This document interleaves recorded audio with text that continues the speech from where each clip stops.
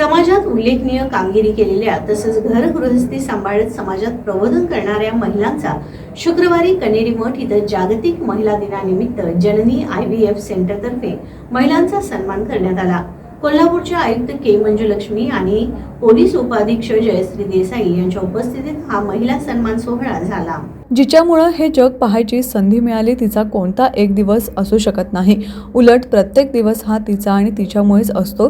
जागतिक महिला दिवस दरवर्षी 8 मार्च रोजी जगभरात साजरा केला जातो। महिलांच्या कार्याचा जागर करण्यासाठी हा दिवस असतो।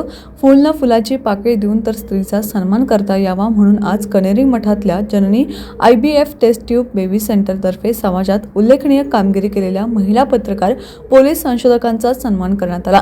महिलांनी आर्थिक सक्षम होऊन आपल्या कुटुंबाची जबाबदारी सांभाळावी असं मत के मंजुलक्ष्मी यांनी व्यक्त केलं। महिला सुरक्षिततेसाठी कोल्हापूर पोलीस नेहमीच अग्रेसर राहिलेला आहे। पोलीस उपाधीक्षक जयश्री देसाई यांनी मनोगत व्यक्त केलं। कोल्हापुरातील महिला पत्रकार, पोलीस आणि संशोधकांचा सन्मान करण्यात आला। यावेळी जननी IVF सेंटरच्या संचालक डॉक्टर वर्षा पाटील, हॉस्पिटलचे कर्मचारी आणि बचत गटाच्या महिला उपस्थित होत्या।